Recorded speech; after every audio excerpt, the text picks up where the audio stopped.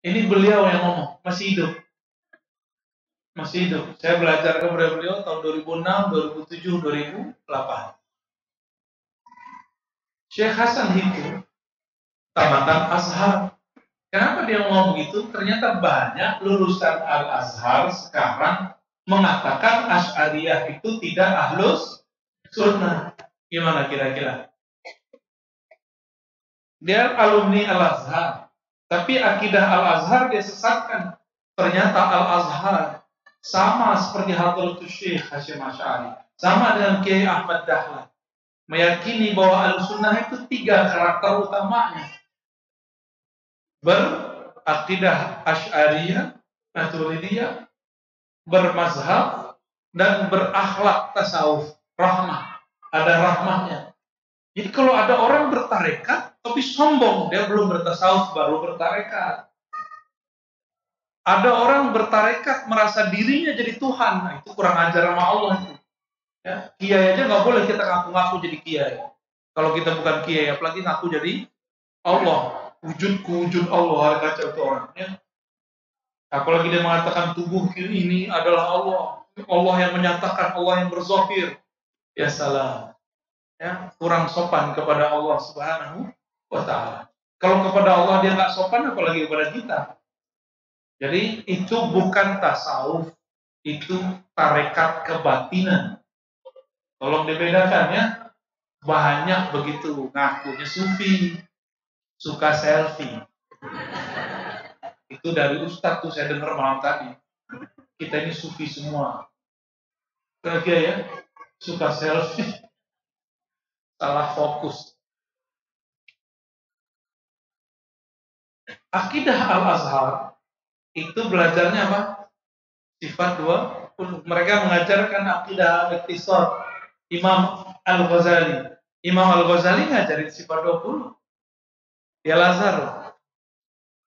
Saya nggak tahu tamatan Azhar kalau pulang ke Batam gimana. Ada yang batalin sifat 20? Ada tuh. Laporan dari Pak Kiai ada berarti. Kalau bahasa kasarnya gimana? Guru dia berakidah Asy'ariyah, dia mengatakan itu sesat. Berarti dia mengatakan guru-gurunya, lalu ngapain kuliah di sono? Iya. Ini saya lantang-lantang nyebut nih, karena mereka juga sebagian itu nyerang kita, karena kita berakidah Asy'ariyah, dan dia kata-kata ini sesat. Loh, Anda nggak sadar ya, bahwa akidah guru-guru Anda di sana itu akidah Ahlus Sunnah.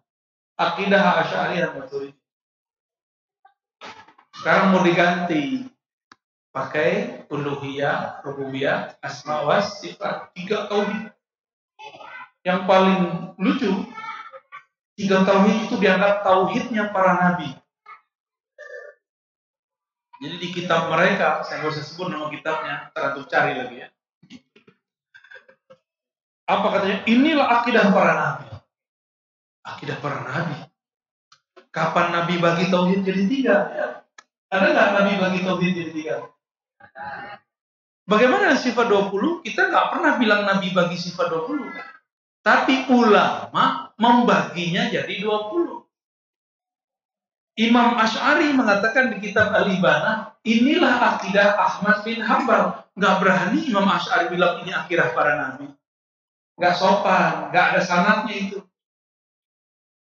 Kita bilang ini akidah guru kami dulu. Guru kami punya guru, gurunya punya guru. Nyambung kepada sang maha guru Rasulullah SAW. Pasti ada perubahan, penjelasan. Kalau begitu nggak masalah. Misalnya, imam kami berijtihad membagi tauhid jadi 3. Bagi kita nggak ada masalah. Tapi kalau dia katakan akidah salafus soleh 3, coba tunjukkan 1 kitab saja yang membagi tauhid jadi 3. Dari ulama salaf.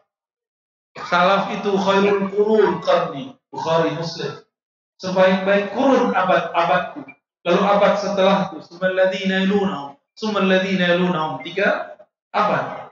Sampai tahun 300, Imam Bukhari, Imam Muslim, Imam Ibnu Majah, Imam Tirmizi tidak pernah membagi tauhid menjadi 3. Antum nggak percaya? Khatamin aja sendiri Sahih Bukhari ya. Ada yang udah khatam? 42 hadis saja belum khatam-khatam sama kiai. Benar, ngaji hadis arba'in udah di tahun kapan nggak khatam-khatam. Ngakunya ikut sunnah, tapi dalilnya cuma itu-itu aja dari kemarin. Imam Asy'ari dalam kitab Al-Ibanah mengatakan inilah akidah yang diajarkan oleh Imam Ahmad bin Hanbal. Kenapa beliau ngomong begitu? Karena beliau berguru kepada murid Imam Ahmad. Namanya Imam Zakaria As-Saji. Wafatnya sekitar tahun 297 Hijriah. Tahun berapa wafatnya? Sekitar tahun 297 Hijriah. Perkiraan para ulama. Karena dulu nggak ada KTP, nggak ada catatan sipil, nggak ada dulu. Tapi ulama nyatet perkiraan. Imam Asy'ari tobat kira-kira tahun 95. Sebelum beliau menjadi ajarannya ikut Mu'tazilah, kecilnya ngaji sama Imam Zakaria As-Saji. Mereka buat cerita palsu. Ya, apa cerita palsunya? Imam Asy'ari 3 periode. Kalau dengar periode ingat apa nih? Ingat apa nih? Oh, itu kan antum sensitif telinganya. Belum juga 2024. Imam Asy'ari periodenya 3, tapi bukan seperti yang mereka katakan. Pertama Ahlus Sunnah, yang kedua Mu'tazilah, lalu balik ke Ahlus 3. Betul 3, tapi bukan seperti yang mereka ceritakan. Kalau yang mereka ceritakan apa? Mereka buat-buat cerita palsu tentang imam kita. Asy'ari itu awalnya Mu'tazilah. Jadi lahir dan jadi Mu'tazilah. Lucu nggak tuh? Terus menjadi Kullabiyah. Ada namanya Tauhid Imam Ibnu Kullab. Lalu menjadi Salafiyah. Bahasa Salafi. Jadi belum jadi Salafi. Oke. Hebat juga ya. Kita cari tuh. Oke lah. Kita anggap kitab Ibanahnya adalah kitab ajaran Salafinya. Saya bolak-balik dari awal sampai akhir nggak ketemu dia bagi tauhid jadi 3. Uluhiyah, rububiyah, asma wa sifat. Nggak ada. Ada lagi yang dicatut namanya Imam Abu Ja'far At-Tahawi. Wafat lebih awal dari beliau, tapi lebih tua.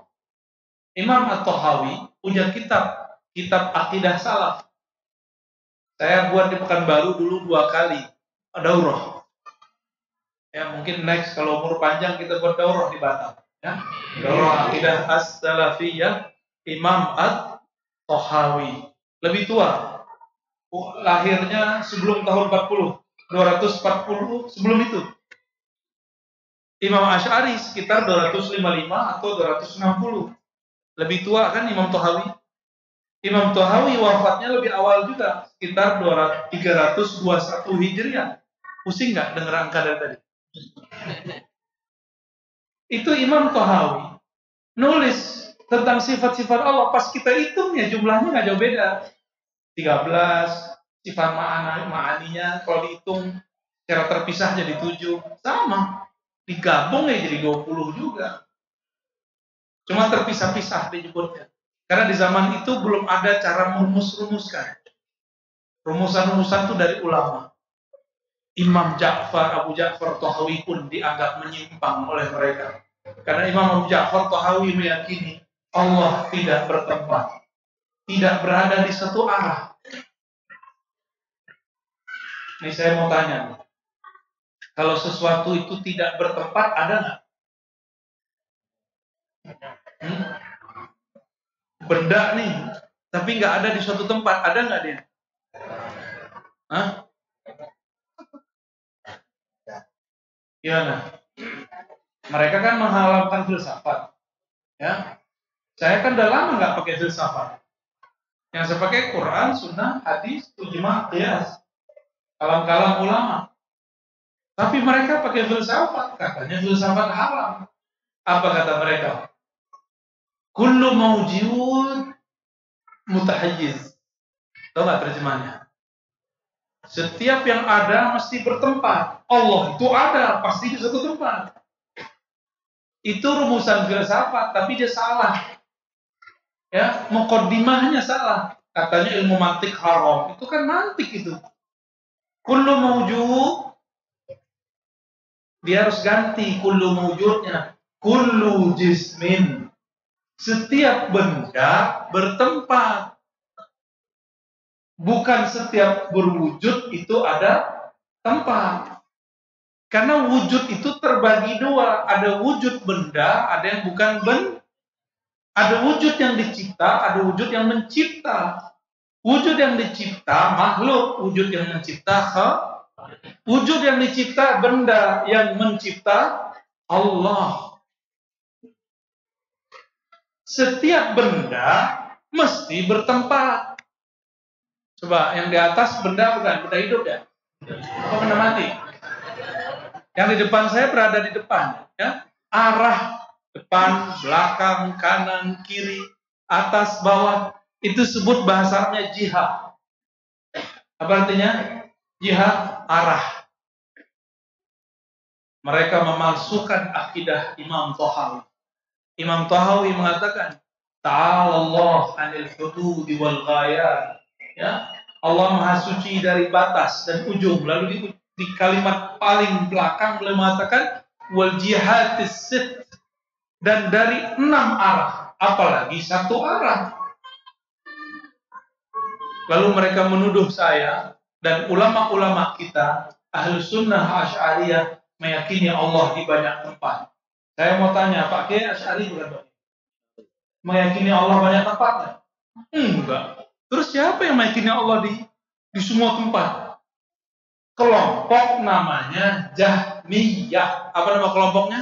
Jahmiyah. Ternyata mereka nggak bisa bedain Asy'ariyah dengan Jahmiyah. Jahmiyah itu kelompok yang meyakini Allah ada di semua tempat. Kalau kita enggak. Bagi kita, tempat itu bukan karakter yang layak bagi Allah. Oleh karena itu tidak boleh meyakini bahwa Allah bertempat. Diyakini Allah bertempat langsung rusak akidahnya. Tapi kalau meyakini rahmat Allah turun di satu tempat, boleh nggak? Boleh. Nah ini beda tuh ya.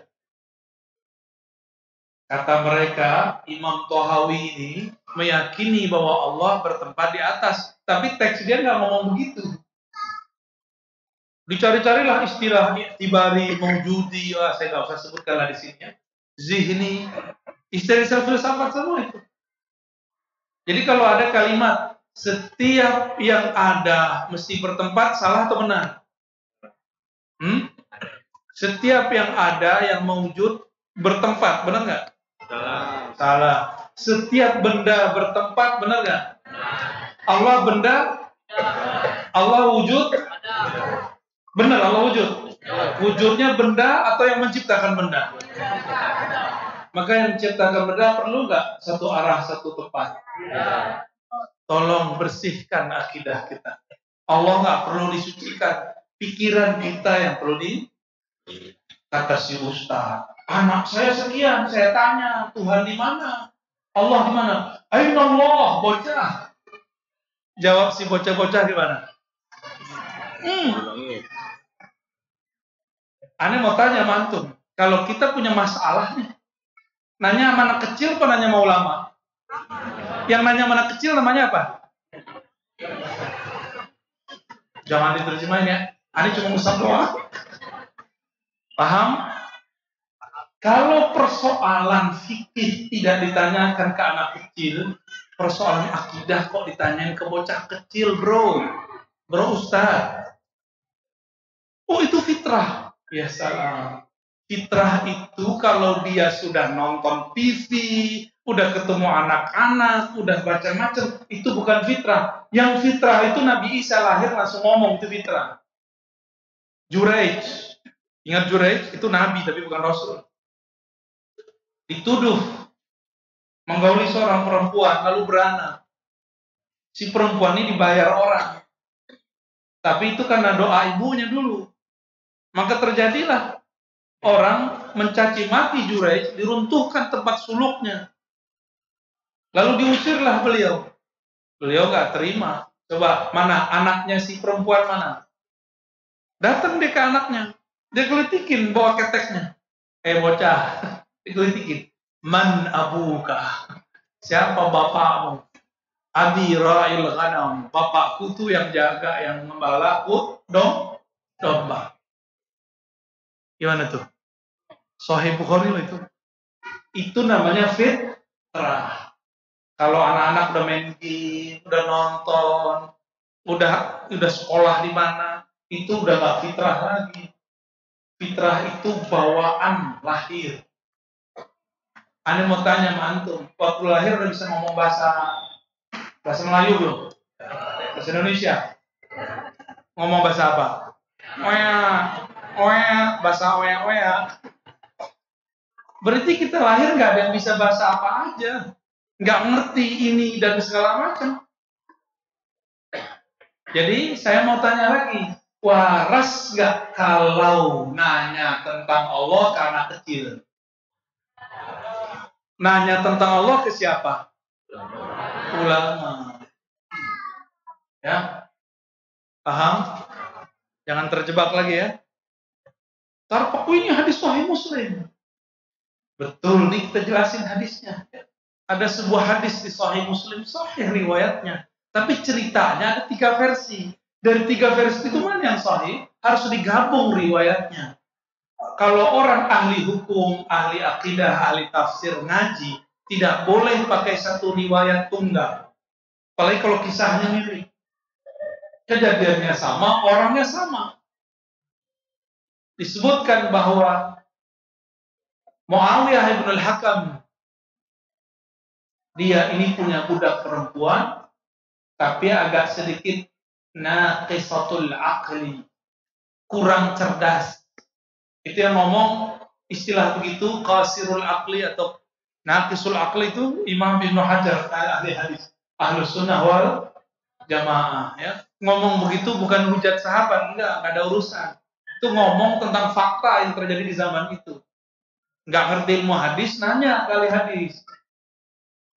Ini perempuan ditugaskan untuk menjaga domba. Tapi dia nggak becus. Karena emang diperintahkan apa oleh. Gergetan gak nih orang Arab? Muawiyah bin Hakam sangat gergetan. Tahu gergetan? Apa tuh gergetan? Susah amat. Geram dia langsung. Saya ngomong A, kamu pahamnya B. Saya ngomong 3, kamu pahamnya 2,5. Geramlah ini Muawiyah bin Hakam. Sudah berlangsung sekian lama, maka dia datang ke Nabi Shallallahu Alaihi Wasallam. Wahai Rasulullah, in ra'aitaha mu'minatan fa'atiqha. Jika engkau memandangnya beriman, maka aku akan merdekakan dia. Ada 3 versi. Versi pertama, Ainallah, di mana Allah. Jawaban dia apa? Sama di atas bilang itu. Ada Allah nggak di atas? Saya mau tanya, ini kan dekat musim Rajab. Bentar lagi Rajab, benar nggak? Dalam kisah yang sahih Isra Mi'raj, Nabi naik ke langit ya? Naik ke langit. Nabi ketemu para nabi atau ketemu Allah di langit? Para nabi itu nggak ada Allah di situ. Ya gimana dong? Katanya ikut Sahih Bukhari. Ya? Terus sunnah yang mana lagi yang antum pakai itu? Kalau Sahih Bukhari nggak menyebutkan, di Sahih Muslim disebutkan. Berarti Sahih Muslimnya harus menyesuaikan Sahih Al-Bukhari. Karena riwayat di Sahih Bukhari ada sekitar 5 riwayat. Sedangkan ini cuma 1 riwayat. Ada bau kopi nih. Minum. Antum malu-malu. Tapi kalau nyebar kopi, coba minum, sebar dulu. Ngajinya ditahan. Nggak apa-apa. Ya. Minum aja ya. Jadi nggak minum dia. Keburu kopinya dingin. Alhamdulillah. Di riwayat kedua, Nabi nanya, bukan Aina Allah. Pertanyaannya apa? Atashhadi. Apakah kamu bersaksi? Gak ada Tuhan, gak ada yang berhak disembah kecuali Allah. Di riwayat ketiga, Man Rabbuk. Siapa Tuhan kamu, wahai budak? Kira-kira kalau ada orang mu'alaf nih, ada orang mu'alaf, cara sah dia masuk Islam gimana? Yang mana? Nomor 2 atau nomor 1? Hah? Nomor 3 tuh dalam kubur.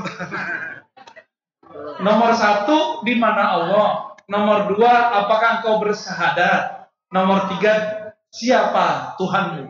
Yang mana? Kalau kita prosesi mu'alaf, di mana? Nomor 2. Tapi sekarang oleh dia, kelompok dia, syarat seorang ahlu sunnah itu, akidahnya benar itu, di mana Allah. Menyimpang nggak tuh? Katanya ikut sunnah, ada 3 hadis kok, yang 2 lagi dicuekin, yang satunya dipakai. Hadis itu yubayyin ba'duha ba'dan. Dia menjelaskan satu sama lain. Karena rawi periwayatnya, dia informan, dia pembawa berita. Kita nggak ngerti sama pembawa berita ini, ya dengerin berita yang lain. Nggak cocok sama TV A, dengerin TV B. Nggak cocok sama channel A, dengerin channel B. Biasa kan begitu. Pokoknya nggak boleh, harus ini. Ada juga di riwayat Imam Malik. Ya. Ada berapa riwayat? Lah, datang juga. Ini nggak ada racunnya kan? Tadi yang marah tuh yang nggak jadi minum. Taib. Dari tadi harum aja baru muncul. Ini masih panas. Coba dulu bismillah.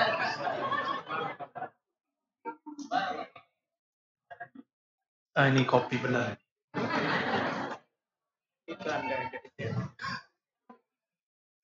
Baik. Jadi kalau ada orang mu'alaf, kita gimana caranya? Di mana Allah? Gitu ya? Begitu nggak? Kita mau mu'alaf, antum coba tangan. Di mana Allah? Ayo Allah. Gitu nggak caranya? Ada nggak prosesi mu'alaf begitu? Nggak ada. Prosesi mu'alaf gimana? Ayo syahadat, gitu kan? Kira-kira gimana? Itu nggak usah pakai ulama-ulama hebat, ya cukup orang-orang kita biasa aja paham. Status keislaman diketahui dari syahadat, bukan ngomong aina Allah. Paham? Jadi kalau antum dibikin ragu lagi dengan hadis ini penjelasannya. Ya, semua riwayat ini sahih. Cuma satunya di Sahih Muslim, ada di Muwatta, ada di Ahmad, ada di riwayat-riwayat yang lain. Baik. Bisa 2. Banyak tanya jawabnya kali. Untuk menjaga kesahihan Ahlus Sunnah, maka Syekh Yasin Al-Fadani punya guru namanya Mahfud At-Tirmidzi. Kakek guru jatuhnya. Itu beliau menjaga, membuktikan, cek benar nggak akidah kita ini sesuai dengan akidah ulama salafus saleh. Maka Syekh Mahfud At-Tirmidzi, beliau kemudian menyebutkan sanad Imam Asy'ari. Ternyata benar ada akidah Imam Asy'ari sampai kepada Imam Asy'ari, sampai kepada Rasulullah Sallallahu Alaihi Wasallam. Jadi kalau kita ikut ulama yang bersanad, kita sudah dapat garansi bahwa akidah kita ini benar, insya Allah. Nggak boleh merasa paling benar. Katakan benar, insya Allah. Mendekati yakin, insya Allah. Lain kalau orang ngaku, saya ini benar. Kenapa? Karena saya pakai Quran dan Sunnah. Kalau begitu berapa kelompok? Semuanya ngaku pakai Quran dan dulu ada kelompok namanya Mu'tazilah, pakai Quran Sunnah. Jangan dikira liberal itu nggak pakai Quran. Pakai Quran loh. Coba aja cek. Liberal itu pakai Quran. Ayat-ayat toleransi di Quran. Pakai Quran semua dia. Nggak pernah dia pakai Injil, Taurat. Pakai dia Quran semua. Tapi digiring kemana? Ke pemahaman dia. Jadi tidak cukup seseorang itu Ahlus Sunnah mengatakan nomor sekian, surat sekian, hadis sekian, nggak cukup. Dia harus buktikan dia berguru kepada siapa. Dia pernah nyantri kepada siapa. Dulu di abad kedua Hijriah, Imam Muhammad bin Sirin. Siapa namanya? Muhammad bin Sirin ini kalau orang sekarang kenalnya tampil mimpi. Ibnu Sirin. Cek di Google tuh ketemu tuh. Ibnu, kita ilmunya nggak by Google ya. Ilmu kita pakai sanad. Sanad Google tuh sanad bid'ah. Ada orang ngebatalin tasbih pakai Google. Kamu cek aja tuh di Google, katanya gitu. Itu juga kita ya. Katanya kata Allah dan kata Rasul. Yang ada kata Google.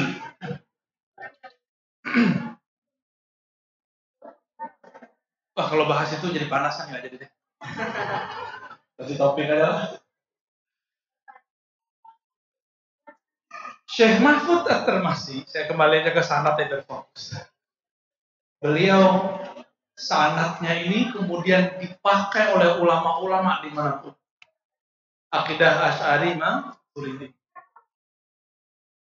Inilah yang kemudian diabadikan sekarang oleh ulama kita belajar sifat 20. Nah, tadi yang nasyid siapa tuh yang baca sholawat? Bukan Pak Kiai, yang lain. Wah, coba baca tuh. Allah wujud tidak bako dan suara yang enak. Ya, mana nih? Mic-nya mana? Saya mau denger. Dia asli halus apa enggak ya? Siapa tahu nyusup.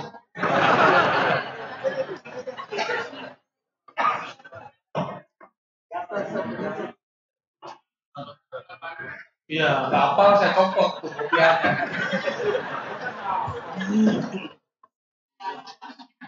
Assalamualaikum warahmatullahi wabarakatuh. Wujud kiban baqa mukhalafatuhu lil hawadisi qiyamuhu binafsihi wahdaniyah qudrat iradah.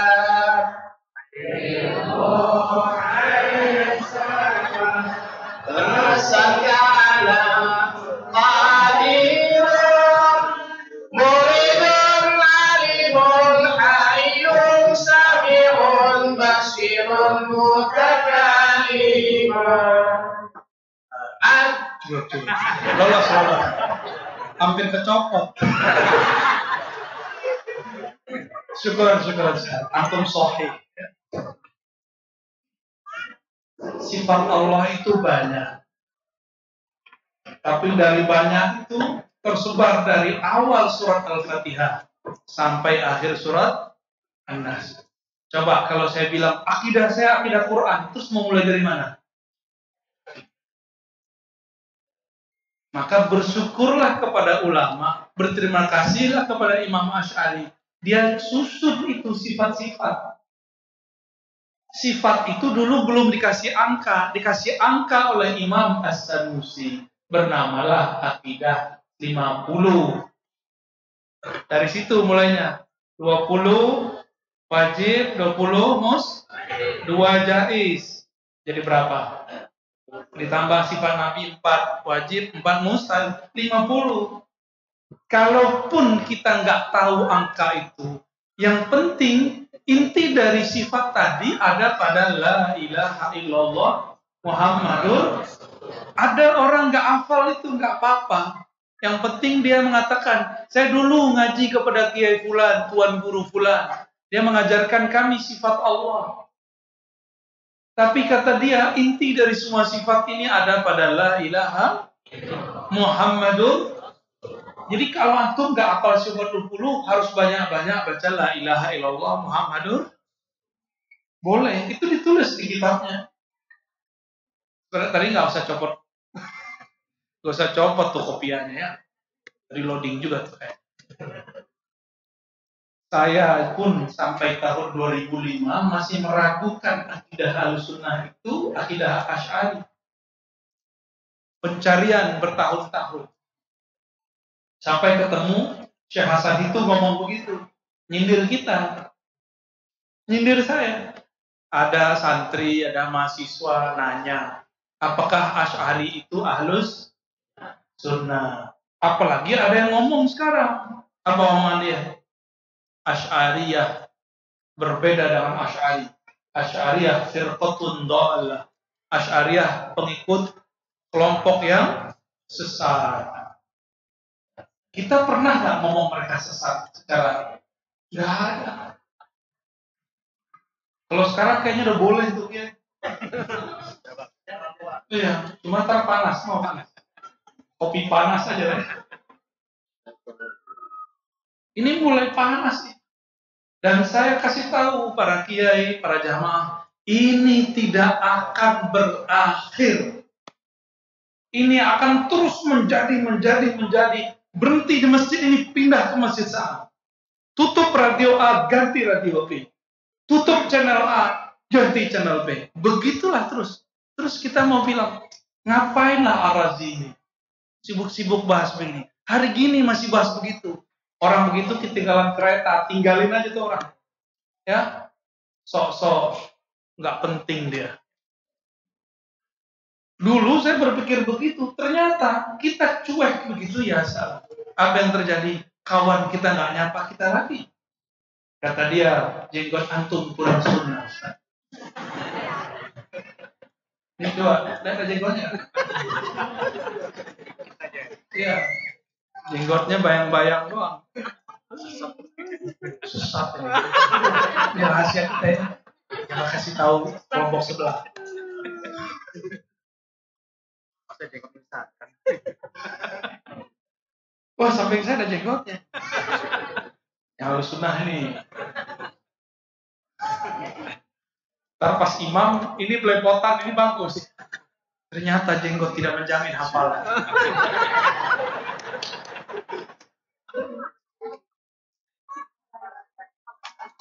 Lanjut. Ketika belajar sifat Allah ini kan sulit dijelaskan. Coba dari surah Al-Fatihah sifat apa yang bisa diambil? Coba siapa yang bisa jelasin? Yang bisa jelasin saya kasih nih sorban saya nih. Nih, yang mahal ini. Mahalnya nggak mahal. Mahal karena saya bawa. Ya, selain kiai nggak boleh jawab. Ya, di surah Al-Fatihah sifat apa?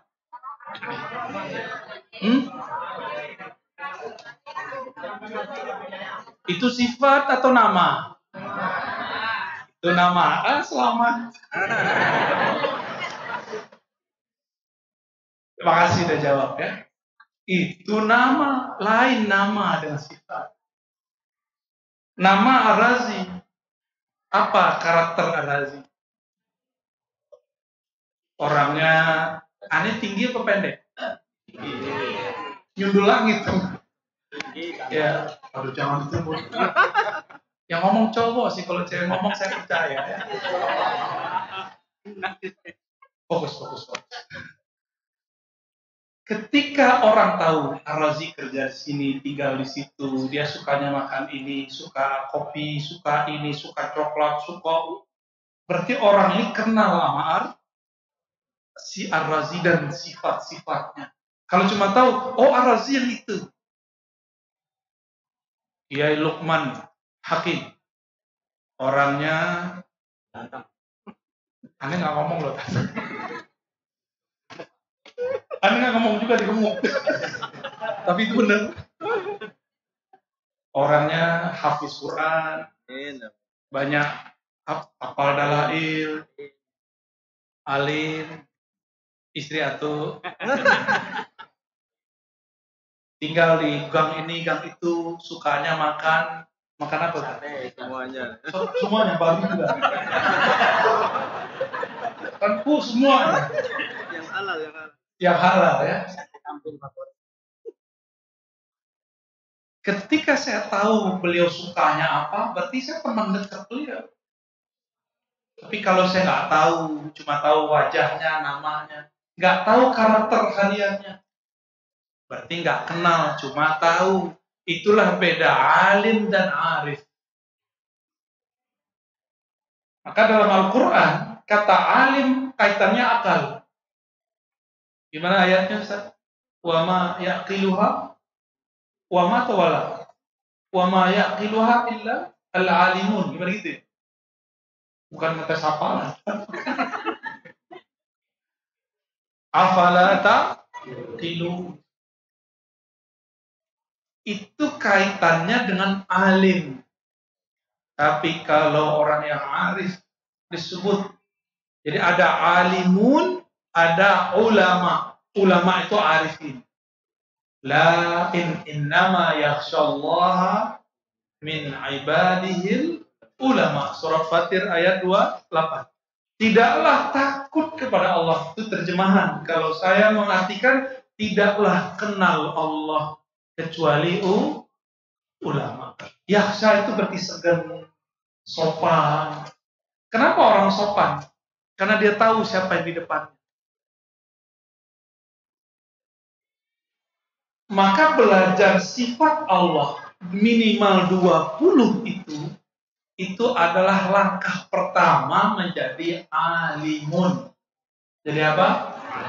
Kalau mau jadi ulama, arifin, harus belajar ilmu ma'rifatullah versi ulama aulia Allah. Ya, cukup belajar sifat 20.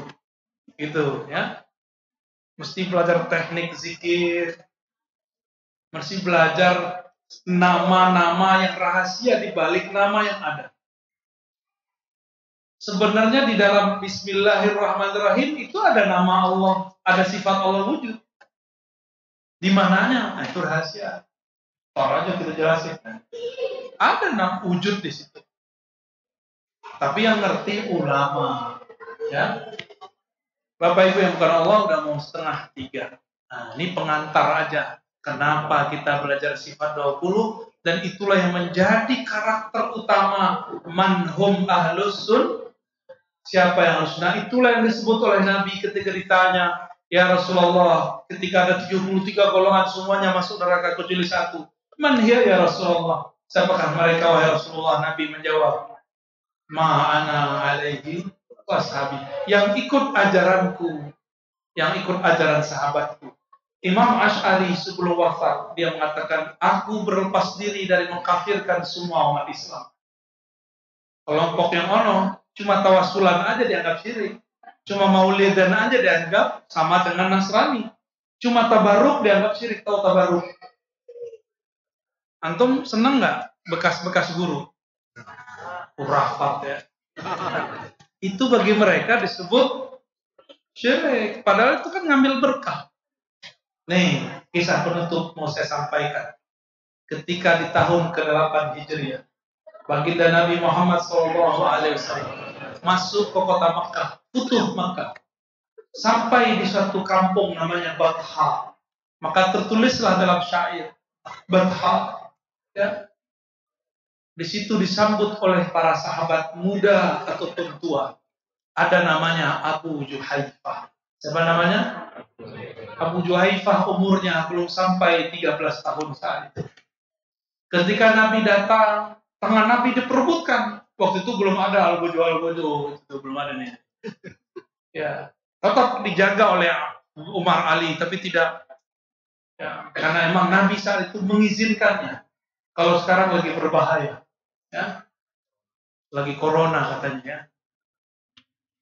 Itu tangan Nabi diperebutkan oleh para sahabat. Kata Abu Juhaifah, aku pun kedapatan telapak tangannya Rasulullah. Aku usapkan ke pipiku. Sampai hari ini sejuknya masih terasa di pipiku. Itu Abu Juhaifah, riwayat Imam Bukhari. mereka mengambil berkah dari tangan Rasulullah Shallallahu Alaihi Wasallam. Tapi saya mau kasih tahu, tangan saya banyak dosa, tidak banyak keberkahan. Nggak usah banyak-banyak dicium. Salam kalaupun sempat, kalau nggak apa-apa, yang penting ngaji, ya. Jadi nanti setelah ngaji nggak usah salaman. Antum kecewa nanti kalau tahu hakikat saya. Hakikat saya banyak dosa di sisi Allah Subhanahu Wa Taala. Kalau Rasulullah maksum, beliau terjaga dari dosa. Maka satu tetes darah mengalir dari dirinya, itu semuanya nur. Seingat saya namanya Jabir bin Samurah. Beliau diperintahkan Rasul menanam darah bekam Nabi Sallallahu Alaihi Wasallam. Nyampe di belakang rumah udah digali. Terus dia mikir, Rasulullah kayaknya nggak ada yang sisa, nggak ada yang najis di badannya. Aku tanam di tempat yang orang nggak bisa tahu. Bismillah. Dimakan semua. Dulu kan kalau bekam nggak pakai tisu. Ini ada bekam nih sampai saya. Tapi dia bid'ah bekamnya pakai tisu. Pakai kop. Cuma saya suka sama bid'ah itu. Ya ada bid'ah. Dulu darahnya ditampung. Darah itu kalau dibiarkan sedikit secara kedokteran dia beku nggak? Beku sendiri. Jadi darah itu kalau diam dia beku. Makanya antum kalau kurang olahraga badannya pegel-pegel. Tuh filosofinya di situ. Ini badan-badan segede-gede gini diam aja. Rebahan aja. Kaum rebahan. Pantesan punggungnya sakit-sakitan kayak saya. Rasulullah ketika dia pulang, Nabi kemudian curiga, kok di mulutnya ada bau darah Rasul, kan harum. Ditanya malah Rasulullah SAW, di mana kau tanam? Senyum aja. Nabi langsung tebak. Dikumpulkan riwayat ini oleh Imam Asyuti dalam Al-Qasais Al-Kubra 2 jilid. Nabi langsung tebak. Apakah engkau menanamnya di perutmu? Dia bilang, "Na'am ya Sayyid." Betul wahai Rasulullah Sallallahu Alaihi. Kenapa kau tanam? Ya, kan dirimu gak ada ya yang najis dari dirimu tidak ada wahai Rasul. Gak ada yang terbuang dari Nabi. Rambut Nabi disimpan istrinya. Disimpan Anas bin Malik. Keringat Nabi diambil Ummu Sulaim, ibunya Anas bin Malik. Apalagi baju Nabi berkeringat dikit diperebutkan sahabat Nabi. Nabi melangkah di mana, itu sahabat kemudian mencium tempat itu. Bahkan ngambil debunya diginiin. Gak kedepatan Nabi pegang tangan, diambil bekas Nabi jalan. Antum jangan cobain sama kita ya.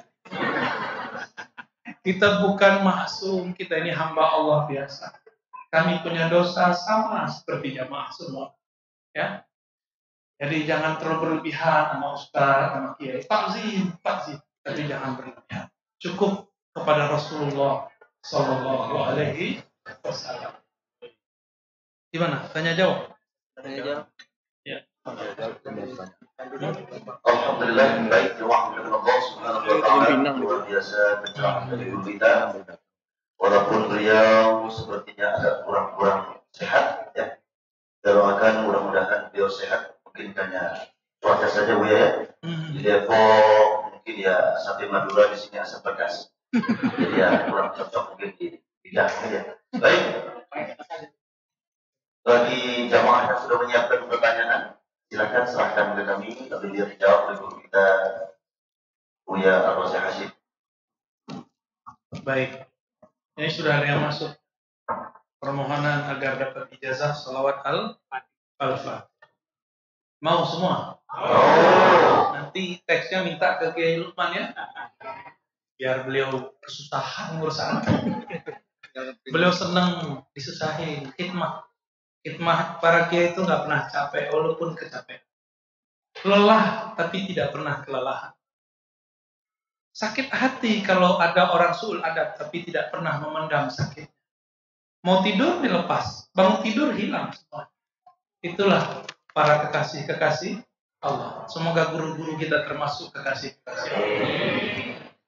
Dengan ini, sebagaimana diijazahkan oleh masyayikh kita, dengan jalur Sidi Ahmad bin Idris Al-Idrisi, Sidi Ahmad Tijani, Sidi Muhammad bin Abdul Karim Samani, Ibrahim Al-Qurani Al-Kushasi, dari mereka semua yang bersambung kepada mereka, ajastukum salawat al-fatih. Al-fatih.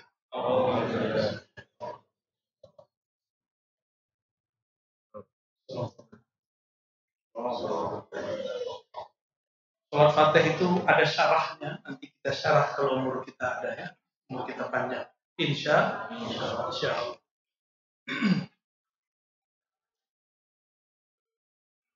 Aduh, pusing aku bacanya. Tulisan dokter. Semoga Buya dan keluarga dan tim dalam keadaan sehat. Amin. Apakah sama penciptaan makhluk Allah di muka bumi ini dengan penciptaan manusia? Manusia itu dibagi dua, termasuk alam semesta. Ada sisi zahirnya, ada sisi batinnya. Zahirnya semua dicipta dengan iradah dan fitrah Allah. Maka berlafazlah, berkalamlah ia dengan kalam kun. Paham? Apa arti kun? Maka terjadilah Adam tanpa ayah dan ibu, terjadilah Hawa tanpa seorang ibu, terjadilah seorang Isa tanpa ada seorang ayah. Jadilah bapak ibu, ada ayah dan ibu. Kalau sekarang ada lagi tuh Maria baru. Ayahnya bukan nggak ada lah, melarikan diri. Adapun rohani manusia itu hembusan dari Allah Subhanahu wa Ta'ala, dan itu yang dirahasiakan oleh Rasulullah. Ya, itu yang dirahasiakan oleh Rasulullah dengan kalam Allah. Wa ma utitum minal ilmi illa qalla. Tidaklah kamu diberi ilmunya kecuali sedikit. Kamu ahli kitab yang nanya. Nabi diberi semua. Maka ilmu tentang ruh itu ada di qalbu Nabi. Inilah yang akan dibagikan oleh Al-Imam Al-Mahdi di akhir zaman. Puncaknya nanti kalau daulahnya berdiri. Kalau umur kita panjang, kita masuk ke masa beliau. Kita tidak menjadi pengikut Dajjal. Insya Allah dapat tuh ilmu mengenai ma'rifatul ruh. Tapi biasanya sebelum berjuang, beliau pasti sudah menampaikan dan mengajar. Wah, ini serius sekali. Pakai dicetak pakai. Bagaimanakah hukum seorang beribadah yang secara praktek ibadahnya tidak merujuk tata cara ibadah yang diatur mazhab fikih 4? Apakah ibadahnya menjadi tidak sah? Ibadahnya sah, tapi menurut dia aja. Kata sah itu muncul dari mazhab, nggak ada di Quran Sunnah. Antum ngomong sah batal, itu kan literatur, kosakata, nomenklaturnya ulama ahli mazhab. Berarti buat mazhab sendiri dia, mazhab tanpa mazhab. Orang awam itu enak jadi orang awam. Antum tuh nggak terikat mazhab. Yang terikat kami. Ini para kiai ini terikat mazhab. Mengajarkan Syafi'i. Kalau mengajarkan Maliki harus belajar dari awal.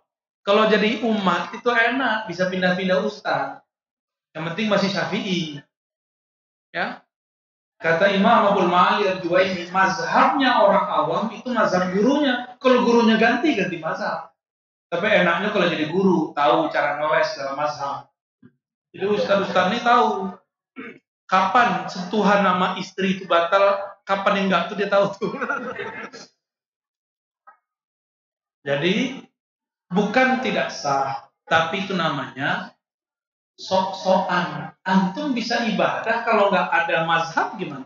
Coba kita tanya. Ada orang datang ke saya, nggak boleh pakai hadis Sahih Bukhari, langsung kepada Al-Quran, nggak boleh pakai guru. Saya tanya, kamu tahu dari mana cara baca Quran? Oh, saya diajar bapak saya. Bapakmu itu adalah mazhabmu, mazhab babe gue. Kalau orang kampung saya, mazhab Pak Den. Ya, paham? Itu mazhab juga, cuma nggak diakui orang di luar. Sehubungan opini publik menyebutkan golongan Syiah itu seluruhnya sesat. Mohon jelaskan aliran Syiah yang tidak dihukumi sesat dan masuk kategori Ahlussunnah. Syiah bukan Ahlussunnah, titik. Tapi Syiah tidak semuanya sampai kepada derajat fasik dan kafir. Yang kafir itu namanya Syiah Ghulat, Syiah kebatinan, kelompok Qoromitoh. Yang mereka, kelompok sebelah, bilang Maulid itu yang buat Fatimiyah. Fatimiyah itu akidahnya Syiah Qoromitoh. Berarti dia percaya sama perkataan orang kafir kan? Bagi mereka Syiah orang kafir. Orang Syiah ngomong Maulid itu buatan kami. Lah, kenapa ente percaya perkataan orang kafir? Kalau kami tidak mengkafirkan Syiah, kami membagi-bagi. Ada yang kafir, ada yang fasik, ada yang tidak fasik, tidak kafir. Abu-abu. Namanya Zaidiyah. Tergantung kecenderungan dia mana. Dekat ke Ahlussunnah, dia hukumnya Ahlussunnah. Jika dekat ke Rafidhah, dia menjadi Rafidhah. Pak Kiai ingat nggak waktu di pesantren ngaji Subulus Salam? Subulus Salam itu yang nulis orang Zaidiyah. Maka dia tulis Ali alaihissalam, Hasan Husain alaihissalam. Bagi dia Ali lebih mulia daripada Abu Bakar. Tapi Syiah Zaidiyah tidak pernah mencaci maki Abu Bakar, Umar, Kalau Syiah yang menyimpang itu, yang kita sebut fasik, disebut Syiah Rafidhah.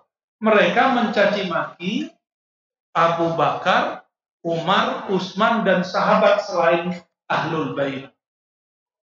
Maka dimanapun ketemu kelompok Syiah, selama dia tidak mengkafirkan atau mencaci maki sahabat, maka dia masih bisa satu majelis dengan kita. Seperti terjadi di Yaman. Di Yaman beda Syiah Zaidiyah sama Muslim Ahlussunnah, beda itu aja. Kunut enggak kunut. Di sana itu mazhab Syafi'i. Kalau nggak kunut berarti Zaidiyah. Siapa yang disebut Zaidiyah? Zaidiyah itu Zaid bin, ada yang tahu?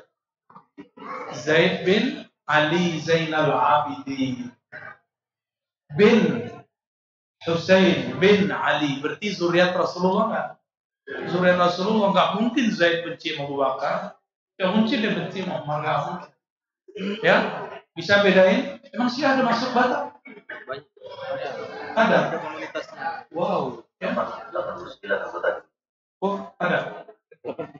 Antum tahu aja, tak jangan-jangan nih. Bukan Yusuf ya? Mantan Syiah itu. Mantan Syiah. Menyebar luasnya, terkait menyebar luasnya Salafi, Wahabi, apakah upaya real? Baik secara kesepakatan ulama Ahlussunnah di Nusantara atau pemerintah menumpah ini yang nyata-nyata menghadirkan kekisruhan di kalangan awam. Di kalangan awam, apakah tidak diambil upaya hukum? Waduh, nanyanya seharusnya ke MUI. MUI ntar aja deh ya, ntar nanyanya ke mereka. Saya bukan orang MUI, tidak aktif di organisasi NU, tidak masuk ke kepengurusan Muhammadiyah, tidak masuk kemana aja.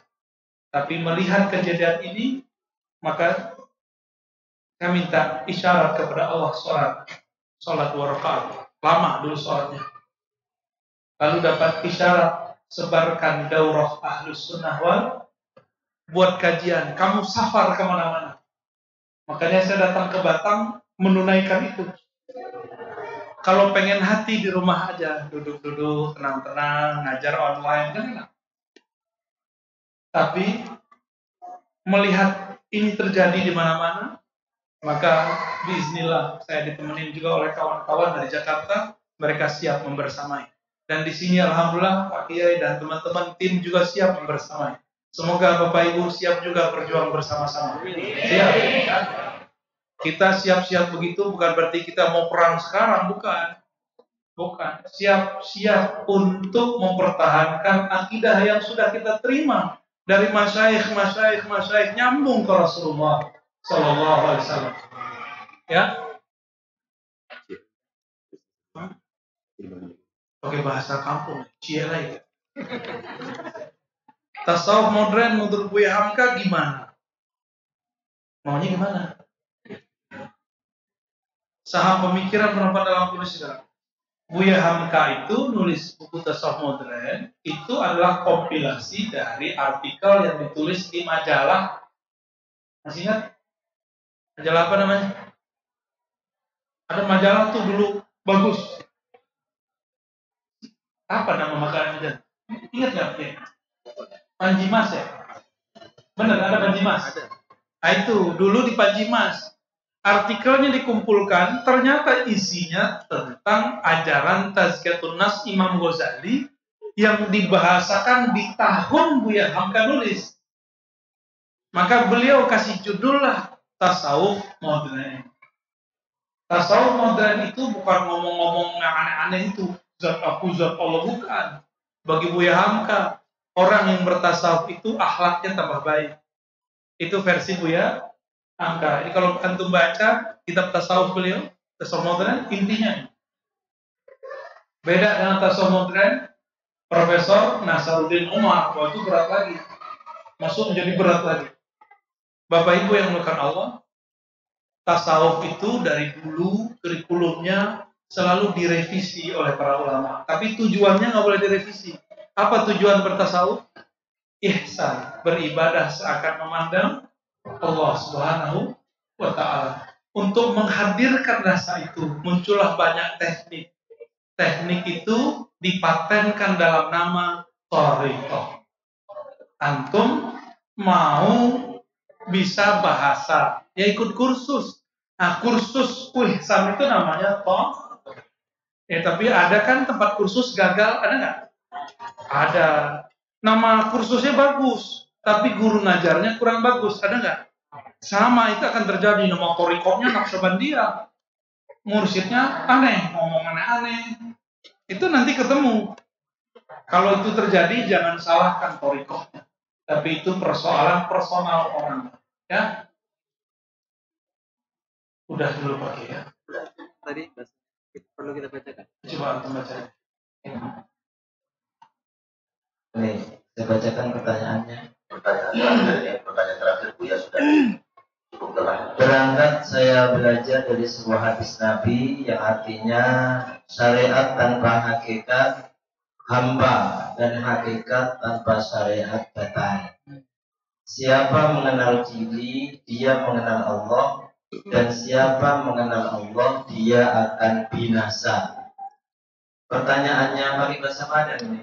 Iya. Antum terjemahin aja. Tabakulai takatu.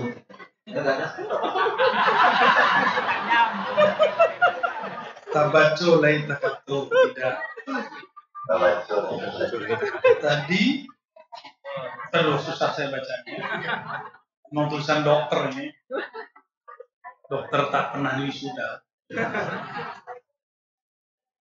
Saya perlu luruskan. Nah, ini masalah nih, PR besar kita nih Pak Jen. Sahabat-sahabat kita ahli sunnah yang bertasawuf tidak semua menguasai hadis, sehingga tidak bisa membedakan antara hadis dengan bukan hadis. Ini PR kita nih, ya, itu beban bagi saya, karena saya membawa juga syiar tasawuf.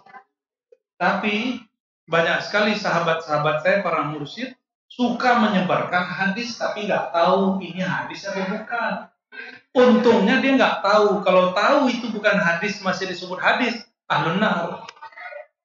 Untungnya nggak masuk ke dalam orang yang berbohong secara sengaja. Ini bukan hadis ya. Syariat tanpa hakikat hampa. Itu bukan hadis. Itu perkataan ulama. Imam Malik dinisbatkan, tapi saya nggak ketemu di kitab Imam Malik. Ketemunya di kitab Imam Zarruq Al-Maliki. Ya. Man tasawwafa wa lam tafaqqaha tazandaqa. Siapa yang bertasawuf tapi tidak bersyariat, maka dia zindik itu sesat. Benar nggak? Antum bertasawuf, katanya dekat sama Allah. Kalau dekat ngapain sholat?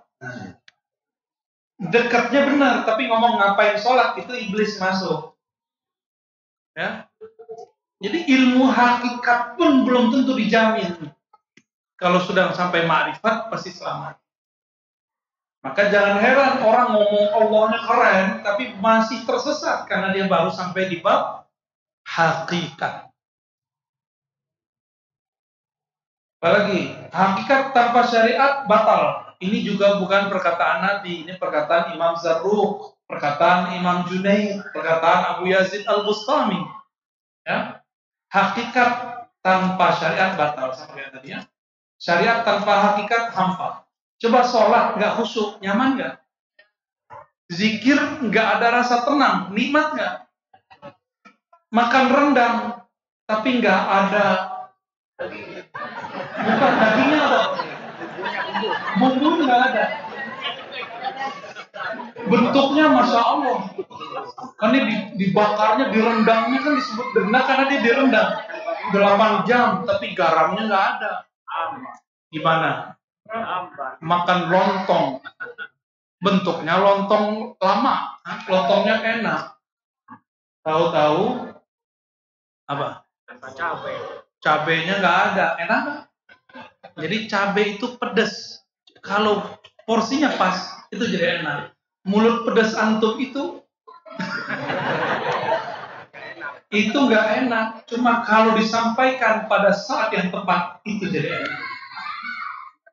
Jadi jangan salah-salah pakai cabai di mulut. Baca Quran, tapi nggak ada rasa terkoneksi kepada Allah, nggak merasa berdialog dengan Allah, nikmat nggak? Makanya beban. Dulu sempat booming one day one juice, mana tuh sekarang? Ya? Karena tidak menumbuhkan rasa hadir kepada Allah. Yang ditumbuhkan cuma kejar 1 hari 1 jus. Kalau saya udah banyak jus dari tadi itu ya. Jus kopi, jus bid'ah lagi. Apalagi, siapa yang kenal diri itu juga bukan hadis. Itu perkataan Imam Yahya bin Mu'az Ar-Razi. Siapa yang kenal dirinya kenal Allah. Siapa yang kenal Allah akan binasa. Itu perkataan ulama ahli sufi. Bisa dibedain ya? Nah, berdasarkan ini, tolong kalau bukan hadis jangan disebut hadis. Nanti telinganya kita gatel dan itu menjadi bumerang, jadi bahan kelompok sebelah untuk menghancurkan kita. Baik, kira-kira sampai di situ dulu ya. Semoga bermanfaat, semoga tambah kuat ahlus sunnah kita. Semoga Allah tetapkan kita hidup dalam kalimah la ilaha illallah. Allah wafatkan kita dalam lafaz la ilaha illallah. Allah bangkitkan kita di alam kubur, ditanya oleh malaikat munkar nakir, dan kita mengatakan la ilaha illallah. Allah masukkan kita ke alam mahsyar, mizan, hisab, sirat, masuk surga dengan kalimat la ilaha illallah Muhammadur Rasulullah. Mohon maaf salah kurangnya. Kita lanjut pada maghrib. Ada lagi? Di mana? Lantar Usmani. Oke. Sampai jumpa nanti. Jadi nggak usah salaman, cukup bil qulub dengan hati. Assalamualaikum warahmatullahi wabarakatuh. Buya, terima kasih ya. Sama-sama. Ya, demikian jemaah sekalian. Tidak ada musafaah. Jauh-jauh cari. Iya. Rodo.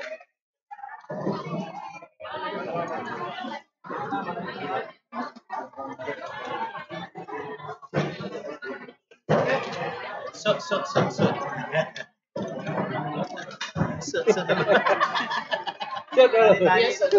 Bagi.